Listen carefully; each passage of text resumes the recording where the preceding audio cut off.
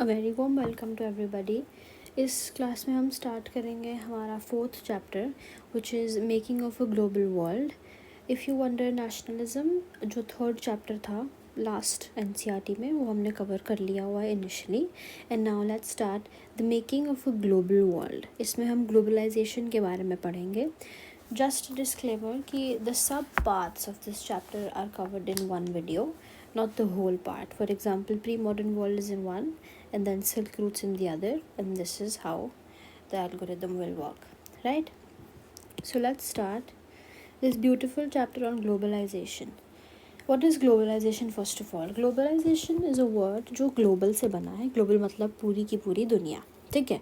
जितने जो हमारा अर्थ है उसको हम ग्लोबलाइजेशन ग्लोबल से मान सकते हैं। This is your beautiful world that we live in. अब क्या होता था पुराने टाइम में, इनफैक्ट पुराने टाइम में क्या होता था कि अगर आपको एक कंट्री से दूसरी कंट्री ट्रैवल करना है so you have to go in ships, और कोई रास्ता नहीं होता था, है ना। इधर से उधर जाना है तो शिप में जाना पड़ेगा, ऐसे ऐसे। ये हमारा इंडिया है, ये इतनी दूर है यूएसए से, कनाडा से, ब्राज़ील से, रशिया से, फिर भी हम कितने कनेक्टेड हैं, हम कितने ग्लोबलाइज्ड हैं। मतलब अगर हम यूएसए का जो फॉर एग्ज़ाम्पल काइली कॉस्मेटिक्स हो गया, वो यूएसए का, but it is available in India, है कि नहीं। हम स्पेन का F1 देखते हैं इंडिया में। इंडिया के दिवाली कल्चर जो है वो कनाडा में लोग सेलिब्रेट करते हैं। ऐसे इसको बोलते हैं जब हम एक दूसरे के कल्चर की रिस्पेक्ट करते हैं और एक कल्चर को अपनाते हैं, इस थीम को बोलते हैं ग्लोबलाइजेशन। तो स्टार्ट करते हैं। The pre modern world. Pre का मतलब होता है बहुत इनिशियल, बहुत स्टार्ट, पुराना आप कह सकते हो, ठीक है। The pre-modern world. When we talk of globalization, we often refer to an economic system that has emerged since the last 50 years or so. जब भी लोग ग्लोबलाइजेशन की बात करते हैं ना, वो बहुत बारी सिर्फ इकोनॉमिक पर्सपेक्टिव ऑफ ग्लोबलाइजेशन देखते हैं कि हम यूएसए के डॉलर यूज़ करते हैं या हम उसमें हमारा मीडियम ऑफ एक्सचेंज वो है, ठीक है।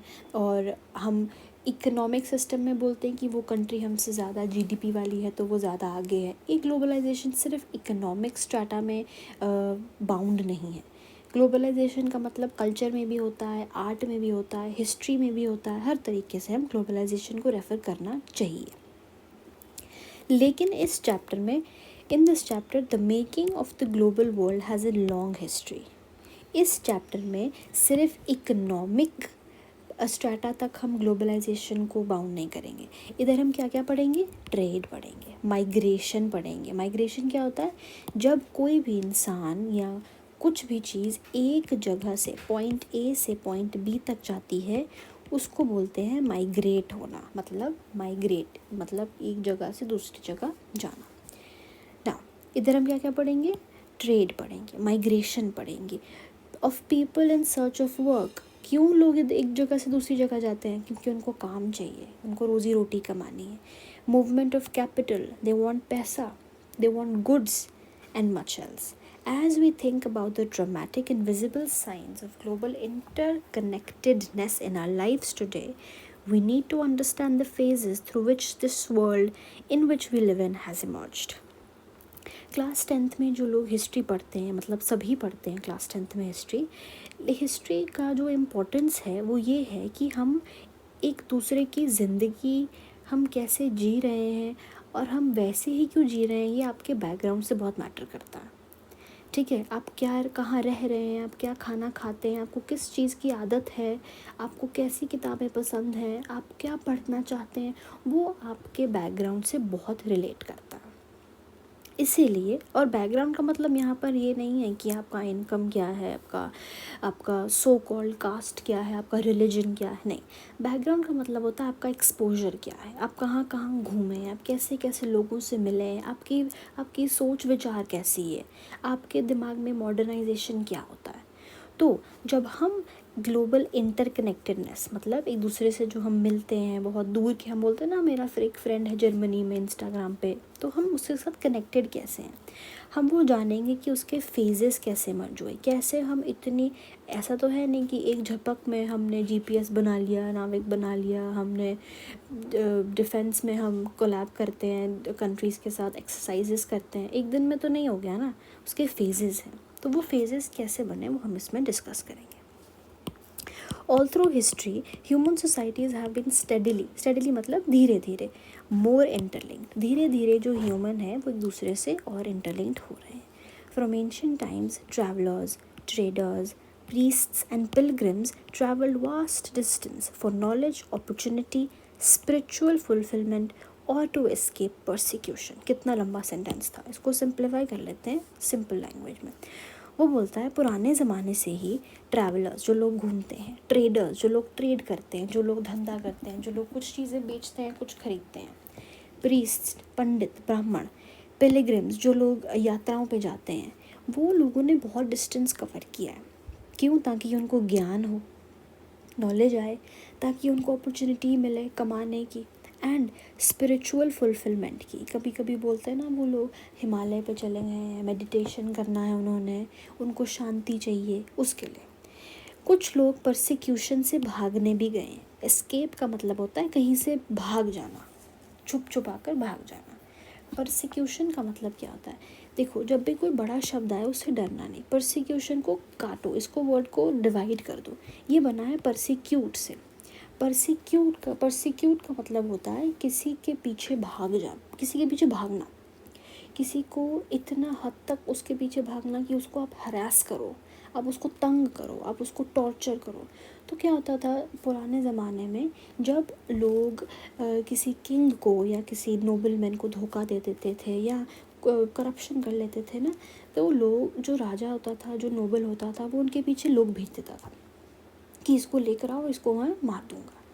तो लोग उससे बचने के लिए एस्केप करते थे, भाग जाते थे। क्या एस्केप करते थे? परसिक्यूशन। क्योंकि उनको पता है कि अगर एक बारी इनके हाथ में नोबल के लग गया तो या तो मैं गया, या मुझे ये पूरी उम्र क्या करेंगे, स्लेव बना लेंगे।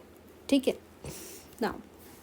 दे मतलब कौन? Travellers, traders, priest, pilgrims. वो क्या कैरी करते थे? गुड्स। गुड्स का मतलब सिंपल होता है कोई भी सामान हो सकता है, कोई भी सामान, आपका बैग, आपकी बोतल, आपके बुक्स, आपके कपड़े, आपकी गेम, आपका PS5, आपका टीवी, कुछ भी, anything is a good in front of you. जो भी चीज़ पड़ी है वो एक गुड है, वो एक सामान है। मनी, क्या क्या लेके क्या कैरी करते थे? वो सामान कैरी करते थे, मनी। वैल्यूज़, वैल्यूज़ का मतलब क्या होता है? आपके संस्कार, आपकी स्किल्स, आपके जो स्किल हैं। फिर ideas, inventions, and even germs and disease. Obviously अगर आप एक जगह से दूसरी जगह जाएंगे और किसी को कोई बीमारी है, कोई कफ है, कोई भी कम्युनिकेबल डिजीज़ है, तो वो कहीं पर जाएगा तो होगा ही। जैसे कोविड था, है ना, लोग फ्लाइट लेकर आते थे, आए और डिजीज़ लेकर आए साथ में, ऐसे। ना एज अर्ली एज 3000 BC। अब यहाँ पे बहुत लोगों को बिल्कुल समझ नहीं आएगा, फिर भी वो स्किप कर देंगे कि छोड़ो, इसको क्यों ही पढ़ना है। What is 3000 BC? क्या मतलब होता है BC का? सिंपली मैं आपको समझाऊंगी, वेरी बेसिक है ये। देखो, BC का मतलब होता है बिफोर कॉमन एरा, मतलब कॉमन एरा के पहले। ना what is common era? Christianity में कॉमन एरा बोलते हैं during the era of our lord. Lord मतलब भगवान, और यहाँ पे जीसस की बात हो रही है। मतलब कॉमन एरा मतलब CE लिखा होता है ना कहीं पर, जिसको हम सेंचुरी बोलते हैं। कॉमन एरा होता है जीसस के ज़िंदा होने पर, जब वो ज़िंदा थे। For example, this is the time that he has lived on the earth. ये टाइम पे इसको कॉमन एरा बोलते हैं। उनके बर्थ से पहले को बोलते हैं बिफोर कॉमन एरा। ठीक है। फिर आ जाता है आपका एनो डोमिनी। एनो डोमिनी जिसको हम बोलते हैं, ये भी कॉमन एरा ही होता है। मतलब हमारे जीसस के वक्त, जब जीसस जिंदा थे अर्थ पे, तब। अब यहाँ क्या लिखा है? 3000 BC। BC का मतलब बिफोर कॉमन एरा। मतलब जीसस के पैदा होने से 3000 साल पहले की बात कर रहे हैं, ठीक है। अब समझ में आया, जब BC लिखा हो उसका मतलब बिफोर क्राइस्ट का बर्थ, क्राइस्ट के, जीसस क्राइस्ट के बर्थ के भी 3000 साल पहले, इतनी पुरानी बात है। क्या हुआ, एक्टिव कोस्टल ट्रेड होता था। कोस्टल क्या होता है, फॉर एग्जांपल ये इंडिया है, ये आपके ईस्टर्न घाट्स हैं, आपके वेस्टर्न घाट्स हैं, ये जो एरिया होता है जो समंदर पे लगता है इसको कोस्ट बोलते हैं, दिस इज़ योर कोस्ट, ठीक है।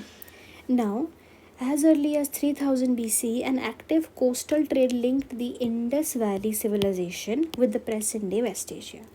अब वो आपको ये बताने की कोशिश कर रहे हैं कि देखो जीसस क्राइस्ट के भी 3000 साल पहले जो ये दुनिया थी वो लिंक्ड थी एक दूसरे के साथ। अब जब भी कोई ऐसा, क्या बात बोलते हैं इसको, जोग्राफिकल टर्म आएगा, हम फटाफट अपने मैप में चले जाएंगे। ये है आपका Indus Valley civilization, this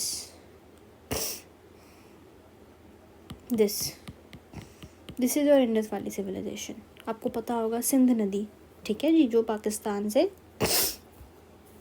Arabian सी पे नीचे चले जाती है। और वो कह रहे हैं कि सिंध नदी से कहाँ की लिंकिंग हो रही है, वेस्ट एशिया की, this is West Asia, this your Saudi Arabia, Oman, Yemen, Iran, Iraq, Syria, ये भी लिंक्ड था जीसस क्राइस्ट के पैदा होने के 3000 साल पहले। For more than a millennium, cowries, the Hindi cowrie और sea shells used as a form of currency. पहले जब सिक्के नहीं आए थे ना तो कौड़ीज यूज़ करते थे, मतलब कि सी शेल्स, इनकी बात की गई है, ठीक है। From Maldives to the way to China to East Africa, यहाँ से वहाँ ये सब जाता था, ठीक है। The long distance spread of disease carrying germs may be traced far back as the 7th century. अब 7th सेंचुरी मतलब CE, मतलब कॉमन एरा, यानी कि जीसस क्राइस्ट अभी ज़िंदा हैं अर्थ पर, उनके वक्त, during the time of our lord, मतलब उनके 7th ईयर में, ओके, 7th सेंचुरी की बात हो रही है। By the 13th century it had become an unmistakable link. तो कह रहे हैं कि जर्म्स वगैरह जो थे वो तभी भी कंटिन्यू हो रहे थे स्प्रेड होना, ठीक है। ये एग्जांपल है, गोवा में एक म्यूज़ियम है, वहाँ पे एक फ़ोटो है, वहाँ पे भी एक बोट दिखाई गई है, इसमें आप देखिए।